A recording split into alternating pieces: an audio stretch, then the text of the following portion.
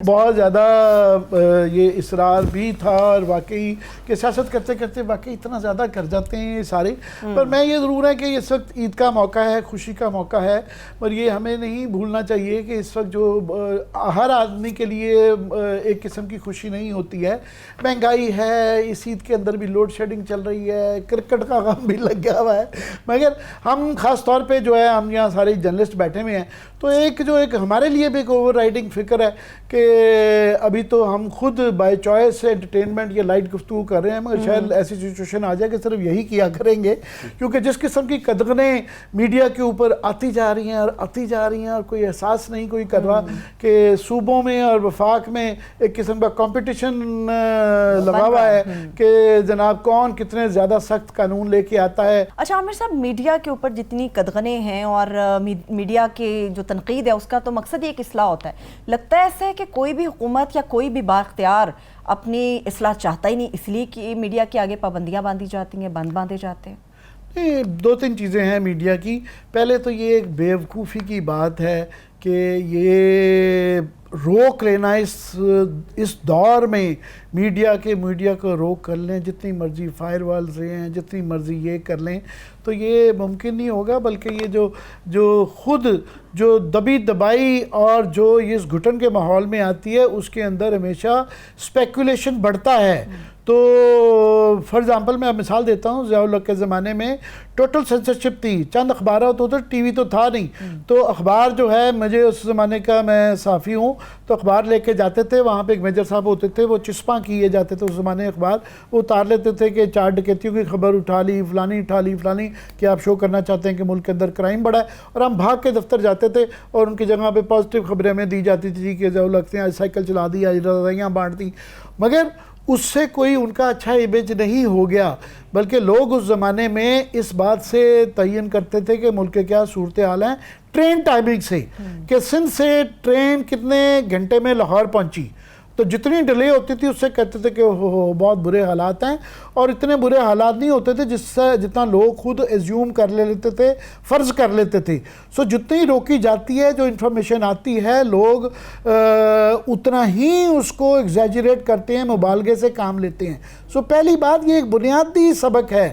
دوسرا, ہم کوئی چیز نہیں ہے, یا تو آپ کا نظام سلطنت اس طرح کا ہو کہ آپ کا ہر چیز پہ آپ ٹوٹل ایک 1 پارٹی گورنمنٹ ہے, ویسے تو ورچولی 1 پارٹی گورنمنٹ ہی بنتی جا رہی ہے. مگر یہ ہمارا جب نظام ڈیفرنٹ ہے, آئین ڈیفرنٹ ہے, تو ہم یہ امید کرنا کہ نارتھ کوریا اور چین کی طرح کنٹرول کر پائیں گے, نہیں کر پائیں گے بھائی. یہ دو قسم کا ایک جو ہے ملغوبہ بن جائے گا, اس کی پرابلمز ہیں. تیسرا یہ ہے کہ لوگوں کو اظہار کرنے دیا جائے کیا ہے. اور میں سوشل میڈیا کا دوبارہ کہوں گا کہ ہاں, ہم سارے جو یہاں بیٹھے ہوئے ہیں, ٹرولنگ سے سب بڑے اپسٹ ہیں, اس کی بڑی خرابیاں ہیں, ہم خود سب سے زیادہ شاید اس کے وکٹم بنتے ہیں.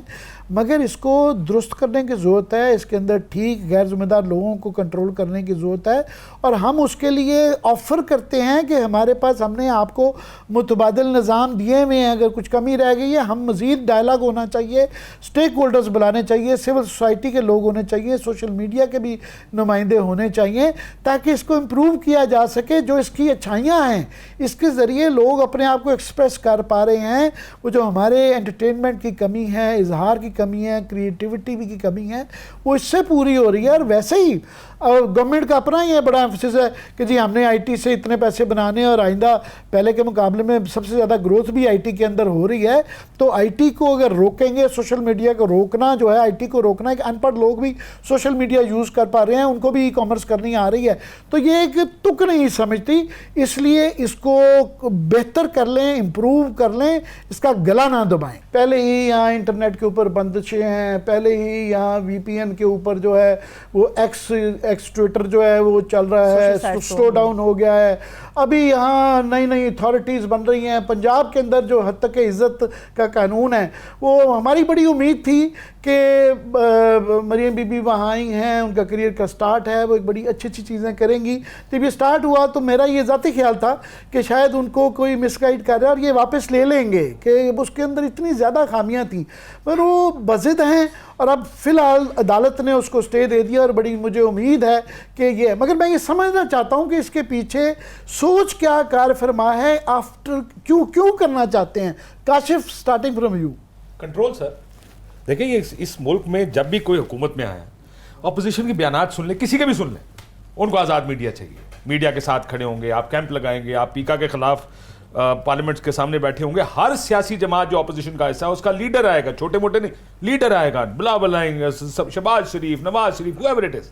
لیکن جو ہی حکومت میں آتے ہیں پہلی کوشش ہوتی ہے ہمارا گلا دبا دیں. کسی کو تنقید پسند نہیں اس ملک میں. اور آج کل تو خصوصاً ماحول خراب اس لیے بھی ہے، انہیں پتہ ہے یہ جعلی حکومت بیٹھی ہے. دیکھو فارم 47 کی گورنمنٹ ہے نا، لیٹس بی آنسٹ، ساروں کو پتہ ہے کہ یہ حکومت پنجاب میں ہو یا مرکز میں ہو کیسے آئی ہے. یہ کیونکہ یہ ہے، اس کو اگر 5 سال چلانا ہے عامر صاحب، وہ اس طرح نہیں چل سکتا کہ آپ میڈیا کو کھلا چھوڑیں، وہ کہیں، وہ آپ کو روز بتا رہے ہو کسی نہ کسی طرح سے کہ یہ 2 نمبری ہو گئی، یا اسلام آباد ہائی کورٹ نے 3 سیٹوں پہ یہ کر دیا، یا ٹریبونلز بن گئے، یا الیکشن کمیشن کیا 2 نمبریاں کر رہا ہے. یہ سارا ان کو بچانے کے لیے ہو رہا نا. اگر آپ آزاد میڈیا کھلا چھوڑ دیں گے تو نہ الیکشن کمیشن اس طرح کام کر پائے گا، نہ کوئی اور طاقت کسی جگہ اور جگہ بیٹھ کے اس طرح کھلے طریقے سے کام کر پائیں گے. ایک ڈنڈا دیتے ہیں وہ جو نظر نہیں آتا، ایک تو وہ طریقہ ہے. دوسرا انہوں نے اب وہ قانونی طریقے بھی نکالنے شروع کر دیے، چاہے وہ ڈیفیمیشن کے لاء کے ذریعے ہو. پیکا پہلے سے لے کے آ چکے ہیں صرف یہ کرنے کے لیے کہ اتنا پریشر ان پہ ڈالیں کہ یا تو یہ یہ ادارے ان کو نکال دیں، یا یہ کسی طرح خاموش ہو جائے.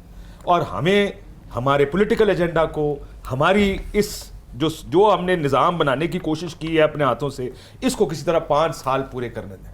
اب مریم نواز کو کیا نہیں پتا کہ وہ کیسے آئی ہیں؟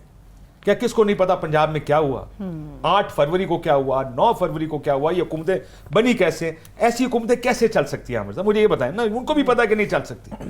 اس وقت چلے گی کہ جب یہ سب سسٹم کو اس طرح کنٹرول کر کے رکھیں گے. اور میڈیا اس کا سب سے اہم، میں اس لیے کہتا ہوں کہ ایک تو اپوزیشن ہوتی ہے، ظاہر ہے وہ اہم ترین ہے، لیکن اگر میڈیا کو آپ خاموش کر دیں تو اپوزیشن بھی اس کی آواز آپ دبانے کی کوشش کرتے ہیں نا. میڈیا سے روکنا نا، عمران خان کی تصویر نہیں چل سکتی، اس کا نام نہیں چل سکتا. کس لیے؟ تاکہ اس کی کوئی خبر ٹی وی پر آئے. ہی از دا بگیسٹ ایڈورسری اس وقت، وہی ہے ان کا سب سے بڑا. سو میڈیا کو کنٹرول کریں. ویسے ہم جمہوری دور میں میر صاحب رہ رہے ہیں نا، یہ باتیں سننے کے بعد بھی ایسا لگتا ہے جمہوری دور میں رہ رہے ہیں. اسلامی جمہوریہ پاکستان صرف نام کا ہے، نہ ادھر اسلام ہے نہ جمہوریت ہے. اسلام کا یہ حال ہے کہ یہ جو عید الاضحیٰ تھی، اس عید الاضحیٰ سے پہلے جو ہے وہ ڈاکو جو ہیں وہ گن پوائنٹ پہ بکرے چھینتے رہے ہیں. جی بالکل ٹھیک ہے، یہ کسی اسلامی ملک میں ہوتا ہے ایسے. اور جو جمہوریت کا حال ہے وہی ہم نے یہاں پہ اسلام کا حال کر دیا ہوا ہے. اور جو بات کاشف صاحب نے کی ہے وہ اب ہمیں تو کرنے کی ضرورت نہیں، وہ تو پاکستان کے بچے کو پتہ ہے کہ پاکستان کا میڈیا آزاد نہیں ہے. یا آپ لوگوں کو بیوقوف نہ سمجھیں، ان کو سارا پتہ ہے. اچھا، اور دوسری بات یہ ہے کہ ایک بیوقوفی یہ ہے کہ جی شاید وہ سمجھیں میڈیا کو کنٹرول کر کے وہ پاکستان میں جو ہے نا دودھ اور شہد کی نہریں بہا دیں گے. بھائی مودی جو ہے اس نے کتنا میڈیا کو کنٹرول کیا ہے، اس نے خرید لیا میڈیا. تو میڈیا کو کنٹرول کر کے تو مودی جو ہے اس کی پاپولیرٹی میں اضافہ ہوا ہے یا کمی ہوئی ہے؟ مسلم لیگ نون والے جو ہیں ان کے بڑے قریبی تعلقات ہیں مودی کے ساتھ. مودی صاحب تو ان کے گھر کی شادیوں پہ بھی جاتے ہیں، تو وہاں پہ پھر وہاں اپنی کیمپین میں مذاق بھی اڑاتے ہیں. اس لیے جو مسلم لیگ نون کی لیڈرشپ ہے ان کو مودی کی پالیسی سے سبق سیکھنا چاہیے کہ آپ جس طریقے سے اسٹیٹ مشینری کو استعمال کر کے میڈیا کو کنٹرول کرنے کی کوشش کر رہے ہیں، مالکان جو ہیں ان کو خریدا ہوا ہے آپ نے، تو اس سے مودی نے جو ہے اس کو فائدہ نہیں ہوا، نقصان ہوا ہے، اور آپ کو اس سے ڈبل نقصان ہو رہا ہے. اور پنجاب میں جو ہو رہا ہے وہ سب کو پتہ ہے. اس میں مجھے لگتا ہے کہ مسلم لیگ نون کی گورنمنٹ جو ہے وہ رینٹ پہ کوئی چلا رہا ہے، وہ صرف ان کا فیس ہے، پیچھے کوئی اور ہے. اب دیکھیں نا، یہ عید سے پہلے اس دن میں اسلام آباد ہائی کورٹ میں تھا. عمران ریاض جو ہے اس کو اسلام آباد ہائی کورٹ نے حج پہ جانے کی اجازت دی. جی بالکل ٹھیک ہے، وہ اجازت لے کے 2 ممبر بینچ سے، اور وہ جو لاسٹ فلائٹ تھی حج کی اس کے لیے احرام باندھ کے وہ جا رہا تھا ایئرپورٹ، اور اس کو ایئرپورٹ کے باہر پکڑ کے آپ نے جیل میں ڈال دیا. اگلے دن ایک ایف آئی آر ہے، پھر دوسری ایف آئی آر ہے. پہلی ایف آئی آر میں جو گواہ ہے وہ کہہ رہا جی چول ترین میرا کوئی تعلق نہیں ہے، وہ کہہ رہا میرا کوئی تعلق ہی نہیں ہے اس بات سے. اس میں ہے کیا؟ ہاں، اور کہ اچھا نہیں، اس میں جو گواہ ہے وہ ویڈیو سٹیٹمنٹ دے رہا ہے جی کہ یہ غلط ہے، یہ عمران ریاض کے خلاف یہ جو الزام ہے اور مجھے اس ایف آئی آر میں ڈالا ہوا ہے، میں اس کی تردید کرتا ہوں. تو گواہ کو بھی اٹھا لیا. جب گواہ کو بھی اٹھا لیا پھر اس کے اوپر ایک اور ایف آئی آر کر دی.